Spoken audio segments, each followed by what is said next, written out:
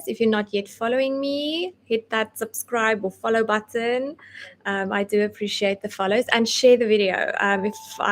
If you share the video, I will give you a full name shout out. Why not? Let's get you some followers if you need some followers. Hi, Randy. Thanks for joining in. Okay, I'm live on TikTok's live, YouTube's live. Here we go. I'm live on Instagram and Facebook. Here we go. So, hey, everyone. How are you doing? Let me know in the comments how your day has been. I'm Lindy Jardim. If you're not following me yet, hit that follow button. Thanks for joining in, and please share the video, share the live, share the video with someone that might need it. I'm going to talk about leadership today and about kids, like why I'm proud of my kid no matter what. I love them to fail. The more they fail, the more I cheer them on. And since today I'm a homeschool mom, so not to say there's no pressure on my kids. The pressure for homeschool moms might be, or homeschool parents might be, a little different. However, I want to puke if I have to see one more leadership post. As I go through Facebook, the first 4 I saw was like leaders. And then I went off and I'm going to tell you why this is not important to me.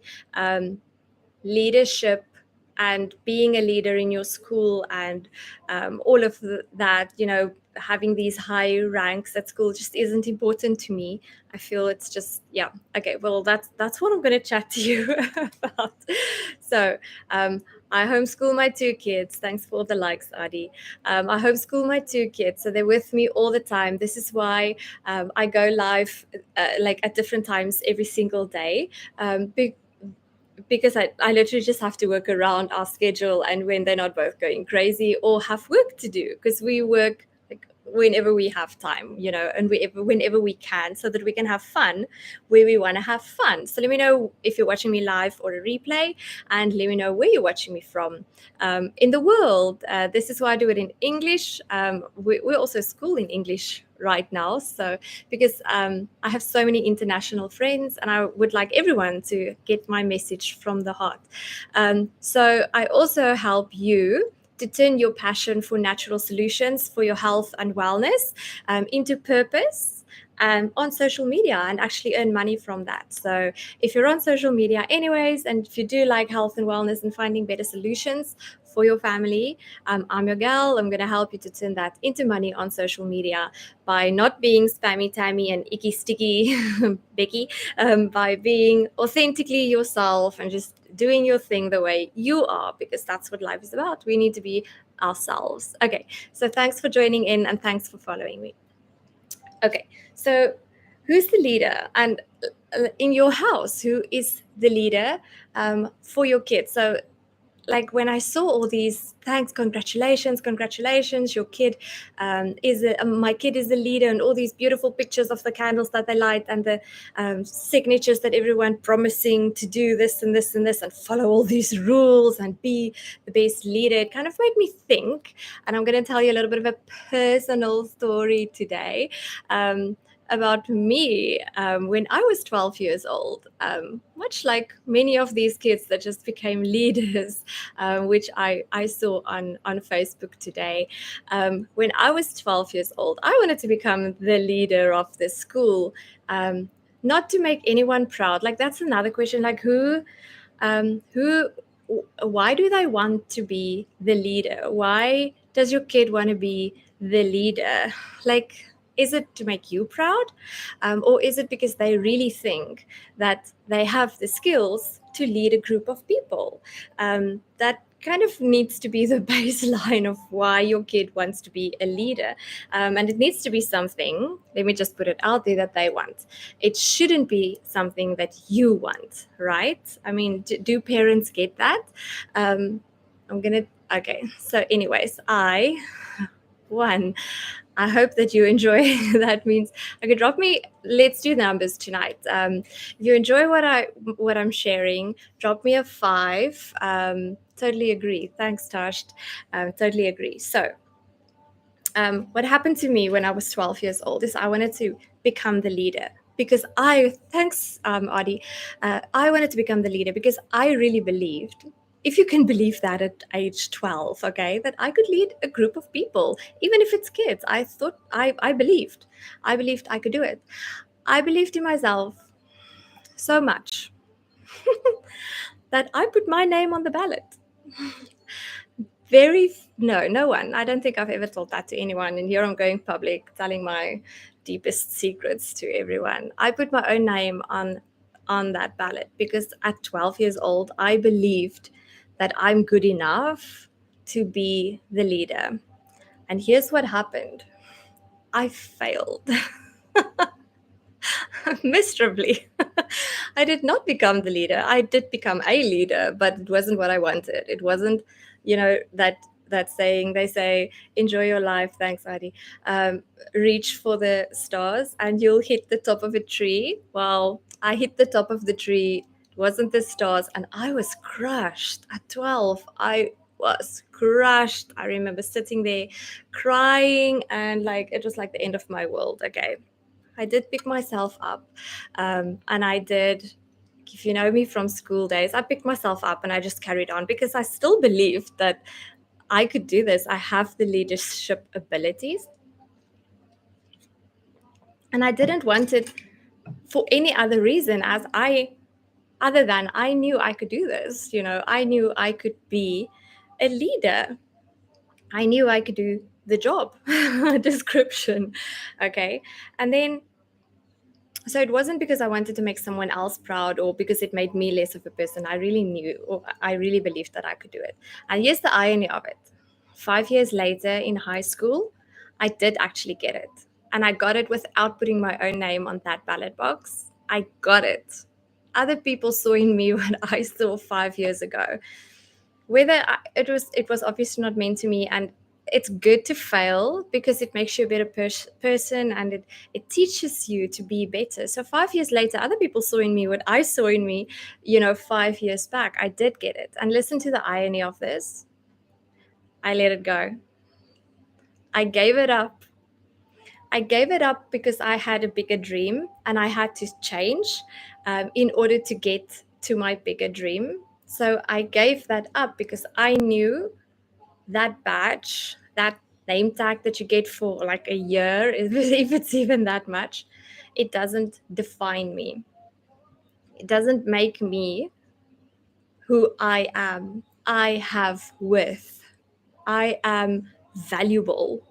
I am worthy of being who I am, and I don't need a badge put on me to prove that I'm worth it. So I gave it up. 5 years later, gave it up, had bigger dreams, had to move on. I gave it up. So my question is, your kid's a leader now. What about the kids that didn't become leaders? Are you thanks for joining in, guys, and thanks for following me.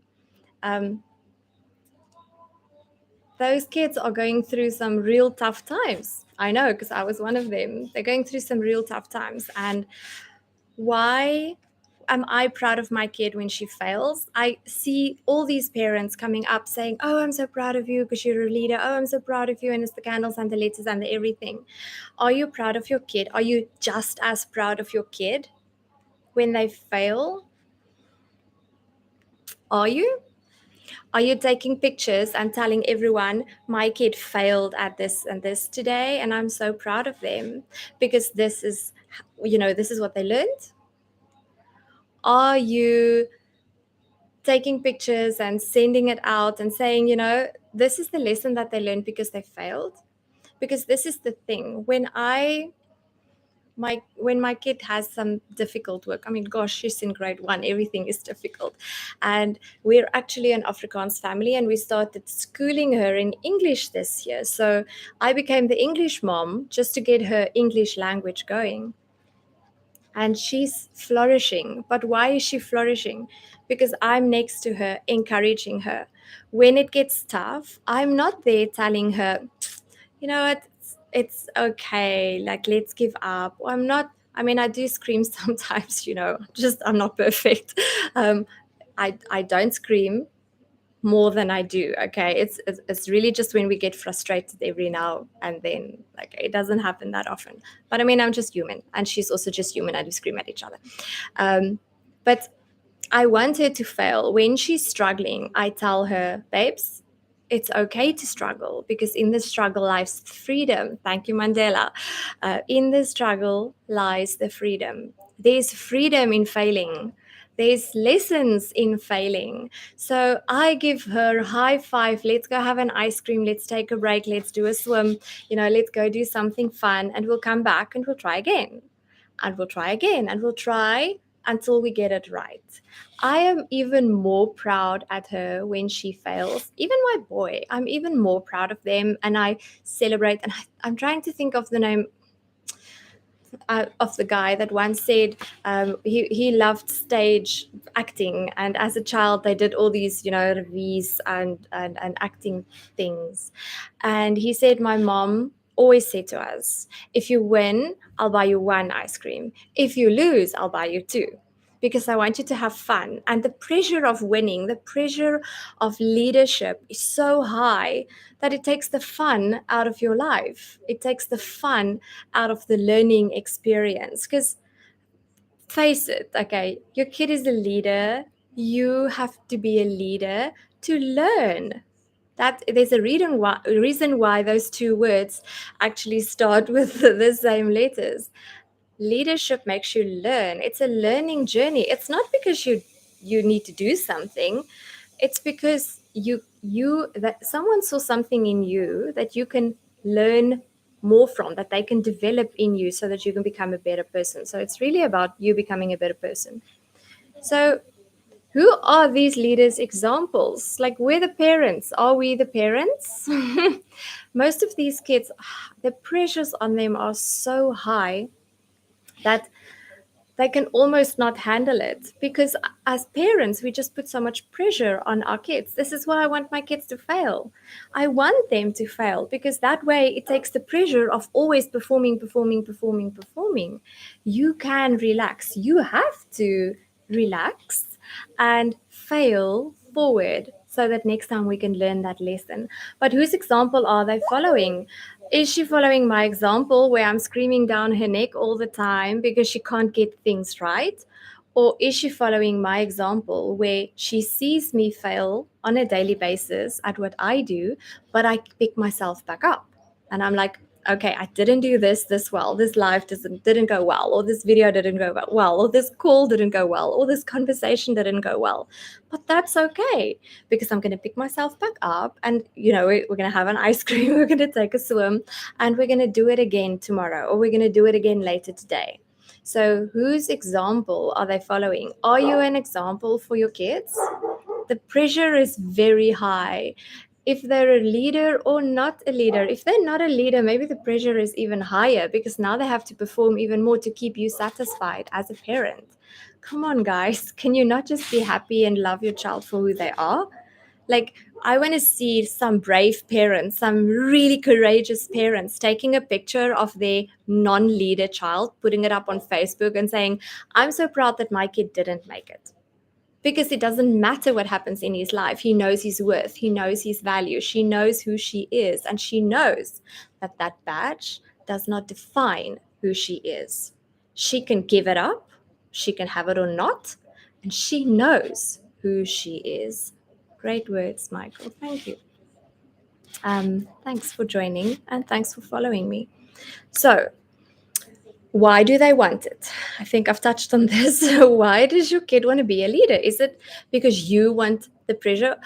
Well, the first question is, why did they become a leader? Is it because of the hard work you did? I actually had a mom friend tell me the other day, if I don't help my little boy, and this is a little boy of 11, 12, that was my age when I thought I could be a leader. My little boy, if I don't help him with his speech and with his homework and put his clothes out every morning, and when he gets home from school, he's going to fail. He's 12 years old, dude.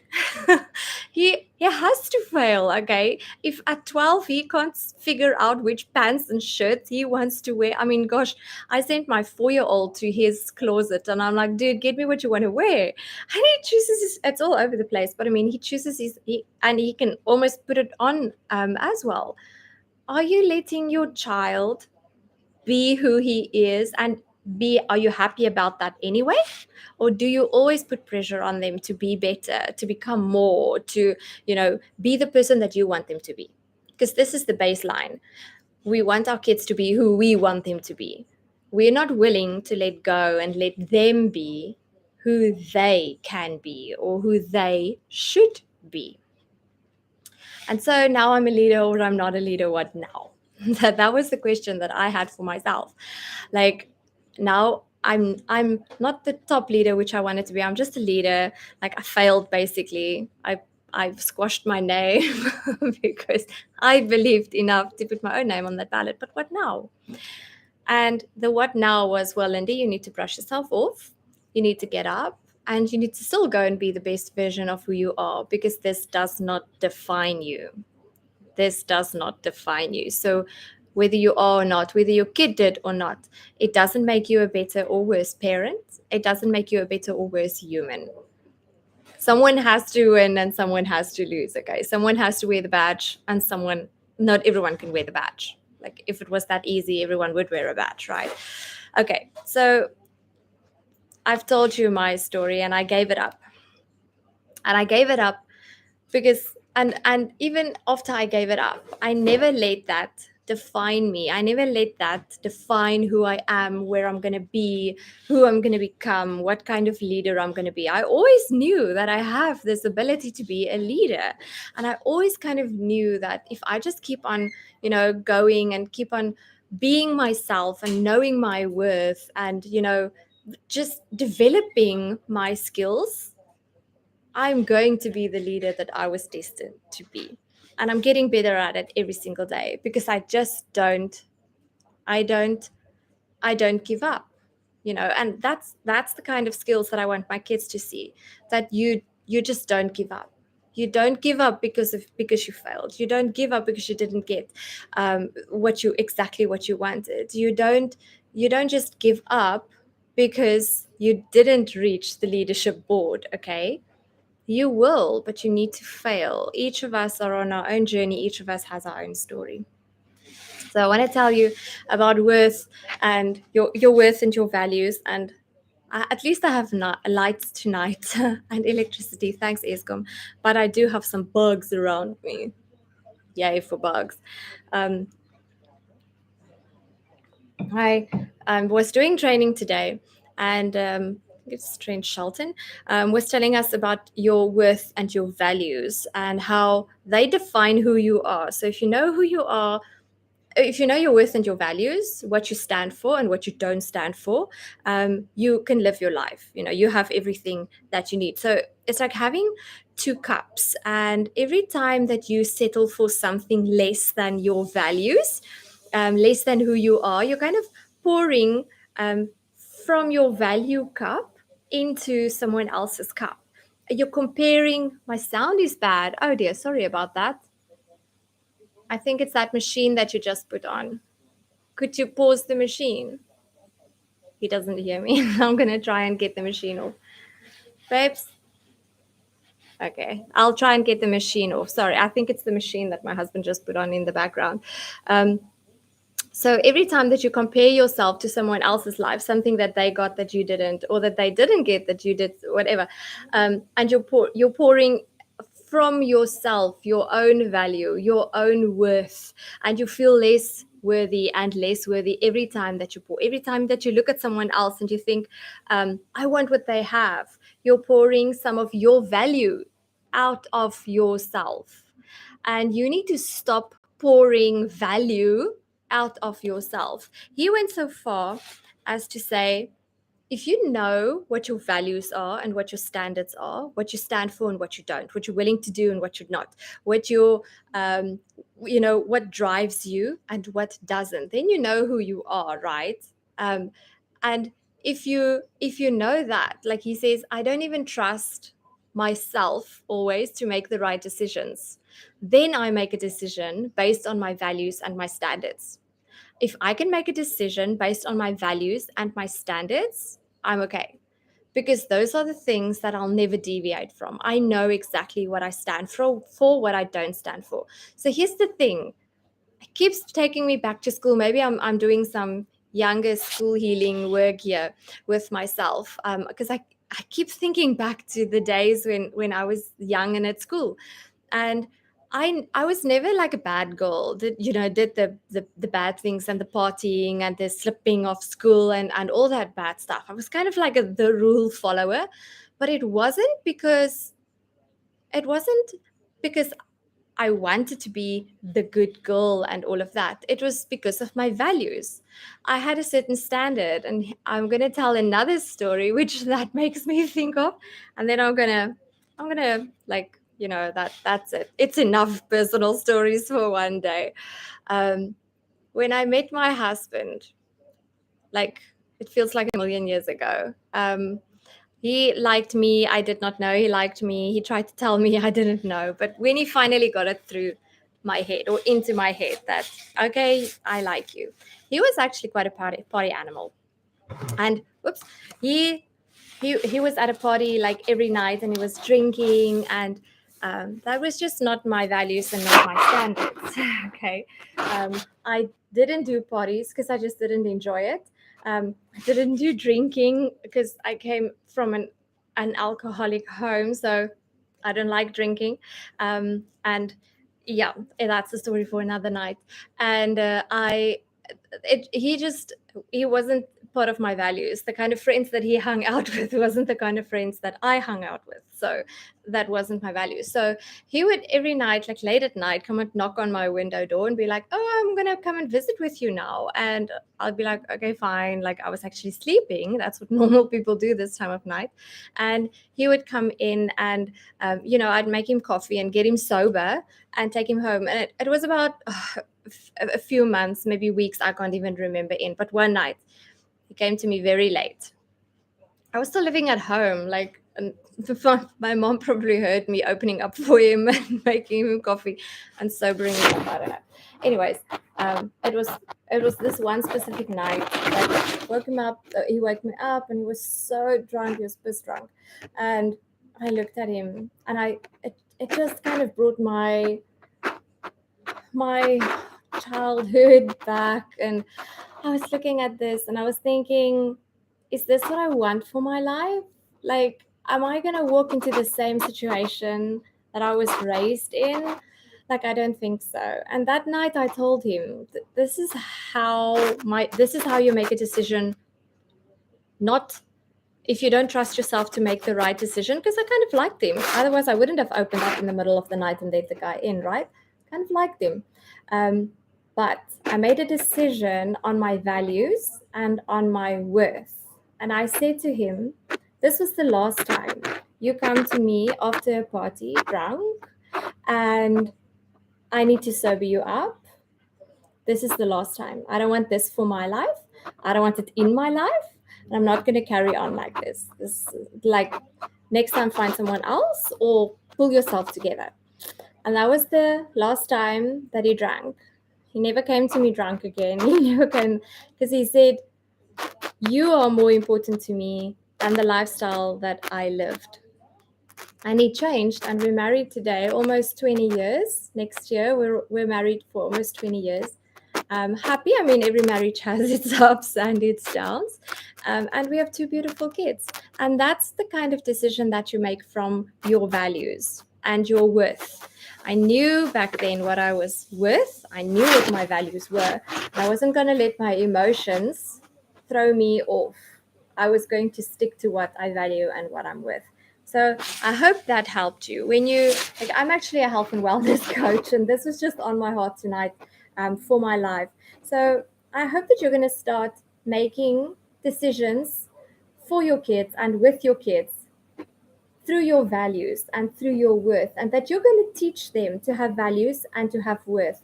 And whether they have that leadership badge on them or not, and the fancy jacket and the stripes and everything that they need and that they get and that they give these kids these days, okay? I hope that you will teach them to have values, to have standards, and to have worth, so that when the pressures of life gets really tough, they can go back to their values, their standards, their worth, and they will know, I'm worth this. This is what I stand for, this is what I don't stand for. And when they need to make difficult decisions, like what I had to make at the age of 18, they know their worth and they know their standards, and they'd be able to make that difficult decision. So hope you enjoyed it. Drop me a 5 in the comments if you did. Drop me some flowers if you had some aha moments, and maybe let me know in the comments. I always stay a little bit longer on TikTok, and you guys are so... Oh, is it Michael? Wanneer ek sit die notifications aan, Michael. As jy op my profile gaan and you put the notifications on, it'll let you know when I go live again. So, because I can't always plan it. I'll give you the times now. Stay on for a bit. I'm going to give you like my schedule, how I have it planned. Okay, anyways. So I really hope that you enjoyed it. Give me a 5 in the comments if you enjoyed it, and some flowers, some hearts and flowers, if you've learned something. And what's your values? That's what I wanted to say. Let me know in the comments. Like, do you know? Just a yes or a no. Do you know what your values are, what your standards are, and what your worth is? Because then you kind of know your why. What do you stand for? What do you not stand for? What will you do? What will you not do? Do you have that vision statement that just says, this is who I am, this is what I do in life, and this is how I do it. And doesn't matter what happens, this is who I am, this is what I do, and this is how I do it. I hope this helped you. I hope you enjoyed it. Miles. Okay, thanks for joining. I didn't even see. Sorry about that. Thanks for joining. Okay, anyways, I'm gonna go Instagram bye first. Thanks for joining in, Miles, and thanks for following me. And my kids are still asleep. Can you believe it? Okay, let's see. I'm going to go. Thanks for joining in, Facebook. Okay, Michael. Let me just... Bye, YouTube. Thanks for subscribing.